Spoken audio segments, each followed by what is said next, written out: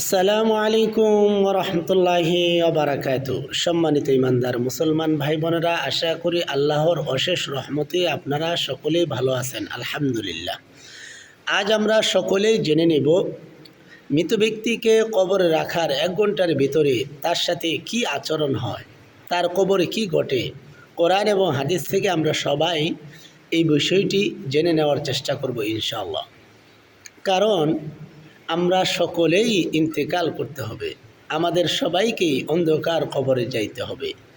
আমরা কেউ দুনিয়াতে থাকার জন্য আসি নাই, চলে যাওয়ার জন্য আসা। আল্লাহ পাক কোরআনের ভিতরে সে কথাই বলেন, কাইফা তাকফুরুনা বিল্লাহি ওয়া কুনতুম আমওয়াতান ফাহইয়াকুম সুম্মা ইউমীতুকুম সুম্মা ইউহয়ীকুম সুম্মা ইলাইহি তুরজাউন।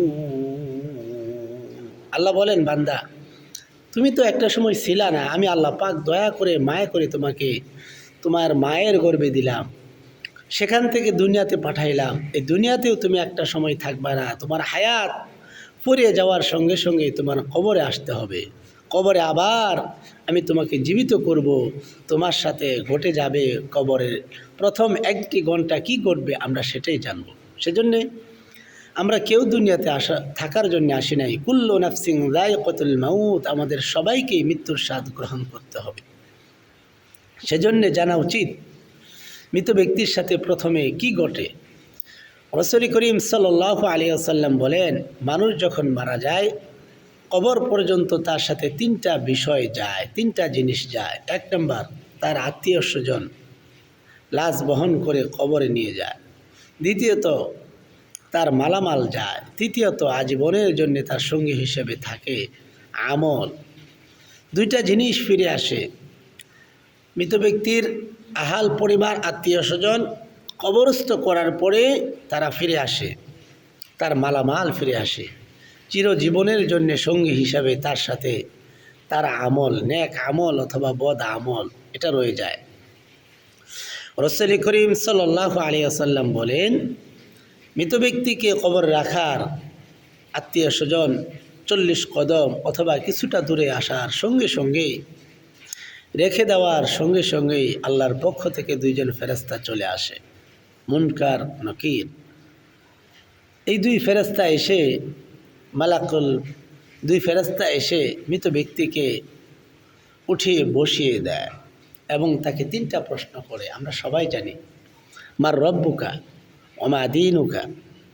রাসূল করিম সাল্লাল্লাহু আলাইহি ওয়াসাল্লামকে 3য় প্রশ্ন দেখানো হবে, মান হাদার রজুল, উনি কে যিনি তোমাদের জন্য দুনিয়াতে হুকুম হাকাম এনেছিলেন। রাসূলকে দেখানোর পরে জিজ্ঞাসা করা হবে যে ইমানদার, সে বলে রব্বি আল্লাহ, আমার রব আল্লাহ, দিন আল ইসলাম, আমার ধর্ম ইসলাম। তৃতীয়ত, রসুলকে দেখানোর পরে সে বলে নবী মুহাম্মদুর রাসূলুল্লাহ সাল্লাল্লাহু আলাইহি ওয়াসাল্লাম, তিনি আমাদের নবী জনাবে মুহাম্মদুর রাসূলুল্লাহ সাল্লাল্লাহু আলাইহি ওয়াসাল্লাম। আল্লাহ পাক তখন ফেরেশতাকে বলে দেয়, প্রথম 1 ঘন্টার ভিতরে এগুলো করতেছে। আল্লাহ পাক বলে দেয়, সদাকতা আব্দি, ও ফেরেশতা, আমার এই বান্দা সত্য বলেছে। ফাফরিশুহু আলবিসু, তার কবরে জান্নাতের বিছনা বিছায়া দাও, শরীরে জান্নাতের পোশাক পরায়া দাও। সুবহানাল্লাহ, সুবহানাল্লাহ। আর মৃত্যু ব্যক্তি যদি বেঈমান হয়, সে বললে প্রত্যেকটা প্রশ্নের উত্তরে বলে হা হা লা আদরি, হা হা লা আদরি, হায় আফসোস, আমি জানি না এই প্রশ্নের উত্তর কি, আমি জানি না আমার রব কে, আমি জানি না আমার ধর্ম কি, আমি জানি না আমার রসুলকে আমাদের জন্য কি এনেছিলেন। সঙ্গে সঙ্গেই এই বেঈমানের কবরের সাথে আল্লাহ পাক ঘোষণা দেয়, ও ফেরেশতা, এই নাফরমান, এই বেঈমানের কবরের সাথে জাহান্নামের সাথে যোগাযোগ করে দাও। এই বেঈমান, এই নাফরমানের কবরে আগুন জ্বালিয়ে দাও, আগুনের পোশাক পরিয়ে দাও। আস্তাগফিরুল্লাহ, আস্তাগফিরুল্লাহ। আমাদের সবাইকে আল্লাহ আপনি ক্ষমা করে দেন, মাফ করে দেন।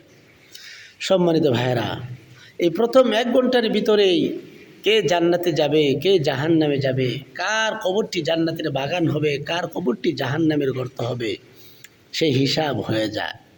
অবশ্যই কবর জগতের ভিডিওটি আপনার জন্যে অনেক ভালো লেগেছে।